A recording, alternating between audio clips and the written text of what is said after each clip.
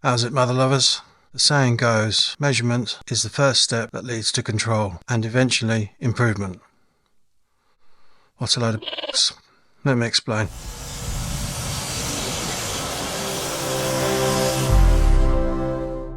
Before we go any further, I'd like to give a big thank you to some absolute legends, my new Patreon members, Gary Knip, Alex Mackenzie, Phil Lasur, Amu Sogi, Goran Ellison. I really hope I got your names correct. My apologies if I haven't. Be lucky. First and foremost, I'd like to make it clear that I am talking about fine woodworking here, not carpentry. I wonder though, just to satisfy my curiosity, if any carpenters out there, what tolerances do you work to for the things you do? This isn't meant as a dick measuring contest, don't get me wrong. What tolerances we work to is a matter of what job is at hand. It doesn't make you any less of a woodworker if your tolerances are like 1 mil or something, does it? If you're doing something like dovetails, for instance, and your tolerance is 0.25, your dovetails are going to be half a mil too small. It's two sides to the dovetail. Anyway, it's going to be a reasonable fit at 0.25, but if you're making dovetails and your tolerances were 1 mil either side of your tail, you're going to have dovetails that are 2 mil too small. I'm sure knocking up a stud wall, you're not working to tolerances of 0.25 or less, are you? If you can mark, measure, rip a board every time perfectly, you're the best maker in the world. That person doesn't exist. That lot comes to getting three things right: getting an exact measurement down, marking the board accurately, cutting to the mark accurately. So there's 3 points of possible failure there. A long time ago, an old boy said to me, measuring is where it all goes wrong. When you grasp that, everything just works. When he said that to me, the penny dropped.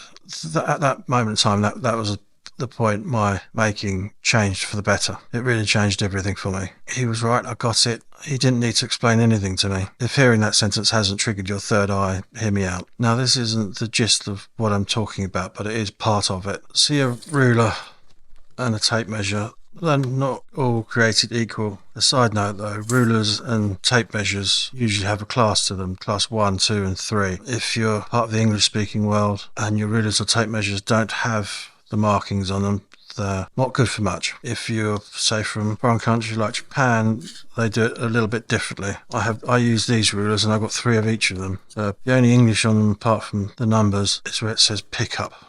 The idea being you can stamp on the end and it flips up. It's easy to pick up. I like that feature, but it's also incredibly accurate. Japanese or Chinese, I can't remember. Class 1, the accuracy is 2 plus minus 1.1 millimeters over 10 meter length. Class 2, accurate to 2.3 millimeters over 10 meters length. Class 3, accurate to 4.6 millimeters over 10 meters length. Like I said, if it doesn't have a class, don't trust it.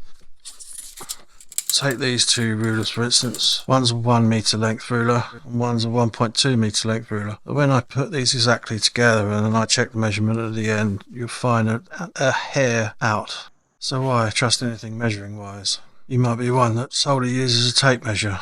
Got to be my least trusted weapon of choice, to be honest with you, for a couple of reasons. For rough cutting wood, I use tape measures, and you don't have a ruler long enough for, say, doing a tabletop. I'll have to explain though, measuring tapes have 2 distances to them. See this metal hook that looks like it's about to fall off? That's because it's designed that way. So when you're measuring on the outside, say, of a cabinet, and that hook's over, that's one measurement. If you're measuring on the inside of a cabinet, did you see that move in? That's a second measurement, slightly shorter. I'm not always going to remember that when I'm using it, so that's why I don't use it. Also, it does worry me over time with that retracting. How is that force affecting how accurate that is fixed to the tape? You'd imagine over the years it's eventually going to smash it right off the tape. If you use the same tape measure throughout the whole job, things should go fine. If you use a tape measure and a ruler, chances are that their measurements aren't going to be the same. There will be discrepancies, which means things might be square. But because you've used the same ruler or the same tape measure throughout the whole job, if that ruler is a hair out, everything you've measured is also going to be a hair out. Therefore, it's all going to be fine and work out in the end. And we are talking minimum measurements anyway, but some rulers I've found to be a millimeter out, and that's too much for me. I like to try and work to a tolerance of spot on, or worst case scenario 0.25 mil. Sometimes though, you've got to remember that if you're working to a tolerance of 0 millimeters, you've got no room for glue. And when glue hits wood, it does expand. So 0.25 I feel is the sweet spot. And some American glues are so thick. I mean, like cake icing thick. That extended life glue I use. It's type bond. It's an extended working time, open time. In summer, it gives me a few more minutes than normal wood glues do. I hate glue ups. None of the glues really stay open for a long enough period amount of time, and I don't particularly like gluing up in stages, because you could find when you put all the bits together, it won't go together, and you've got no wiggle room because the glue's dried and it's gone off solid. But back to the rulers and tapes, whatever you use for measuring. If you mix and match them as you go through the project, you're going to have a cluster at the end. I personally hate having to work to square. I want to break the rules, always have done, always will do. Trouble is, to get any tool to function correctly, you need to have a square of reference for the tool to work. Doesn't mean you necessarily need square wood. I've shown that before when the benches I've made, where the top of the bench is literally, I've got the worst boards I could find, all wavy and flat, and I haven't put them through the planer, and I've managed to get the joinery done for the legs without having square boards to work to. Bit of genius, if I don't mind saying so myself, and it looks nice. The whole idea came about because I didn't want to waste the boards. I knew that because they were so wavy, to keep that length I'd have to plane it down to almost like there would be nothing left of it, and it wouldn't be usable. So to keep the human errors down to a minimum, you want to do as little measuring as possible. The reason being, every time you measure, you're introducing more stages of human errors. There's problems with cutting to a line too. Say you're using one of those carpenter's pencils that leaves a great big Mars bar of a line. Side of that line do you cut? Do you cut in the middle of the line? Do you cut on the outside of the line? Say you have 4 legs to cut. You use a ruler to mark out each of those cuts. That's 16 times you've used the ruler. 16 times it could be a problem. So what to do instead? We could get really anal and get balls deep into it and talk about working with pencils or knife lines. If you're boshing out a stud wall, you might as well use a carpenter's pencil. If you're doing fine work, you need to use fine tools, including pencils. I mean, I struggle. I need new goggles to see a knife line, but like I've said so many times before, it's what works for you. You might find using a carpenter's pencils to lay out dovetails works for you. I'd be surprised. I mean, I find pencils on softwood dovetails an advantage. Most people tell you that you must use a marking knife. I like to use a B pencil as well on softwood because it doesn't mark the wood. And using a pencil on softwood dovetails, because the wood is soft, you have compression working on your side. So if you get the dovetails wrong, it's not the end of the world. It's that joint will squeeze together. Basically, I find I get them very close to that point. Now, I never get them so much that I have to squeeze them that it all snaps apart and splits the wood down the middle. With hardwood dovetails, you don't have that luxury though. Anyway, we're talking about marking out. You've got to think about the pros and cons of everything you're doing. With that said, it's better to use relative measurements. So I need a short leg of 300mm. I'll use this ruler once to mark out that leg. Then the best thing to do is, once you've sawn that to your final finished dimensions, use that leg to mark everything else out with. So once you've marked your second leg with the original piece, mark all your legs out using that first piece. If you then saw it to your final dimensions, you've still got some pencil lines showing, that isn't cut to length. And I bet if you put them up together and scraped your nail across the edge, you're going to feel a slight raised part. The same can be said though if you cut it too short and you go way past the line, but there's 2 ways to kind of execute that. You can use stop blocks on the table saw or the miter saw. I do find I have issues with those too. Say that's your stop block and you're sawing there. Sometimes when you pull up the blade, it can pick up this piece slightly with it, which you can see has just moved that stop block that way. You can see there's a hairline gap there.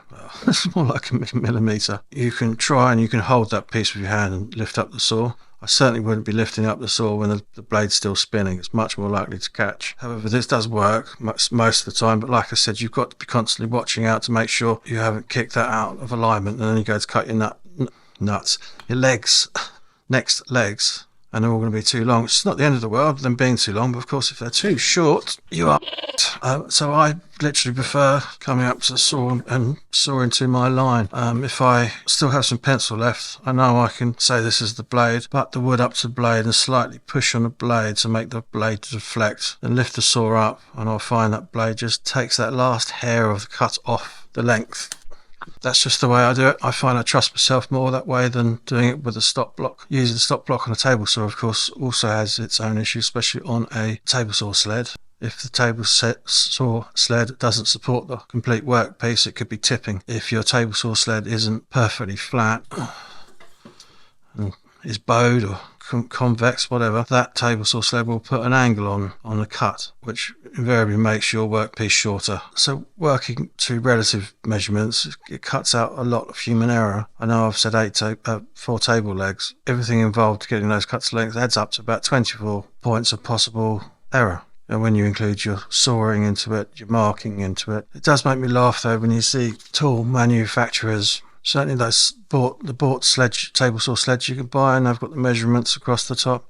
Absolute waste of time. I saw a gadget recently where it's even for the miter saw, where it electronically will slide away from the blade to give you your exact cut. Costs an absolute fortune, and it's just so unnecessary. Like I showed you, you need to make your first cut. That's your finished cut of one end. Mark using the same ruler that you're using throughout the whole job, and get them all cut to length. Now, you probably haven't noticed, I've got 3 of each length of ruler, 300mm, 600mm, 1000mm, 1200mm rulers. That's for 2 reasons. Rulers are like pencils, they just on holiday and then come back when they feel like it. And second of all, I know then I'm using technically the same ruler because they're from the same company, same brand, I can trust it. However, if you drop the rulers on the corners on the floor, you get into problems then. And another thing to keep in the back of your mind is using story sticks. Story stick can be anything, it can just be a strip of MDF for all you like, and you'll just cut that to your length of the workpiece. Say for your legs, you cut another story stick for the length of all the boards you're going to need to make up for a tabletop. Your aprons,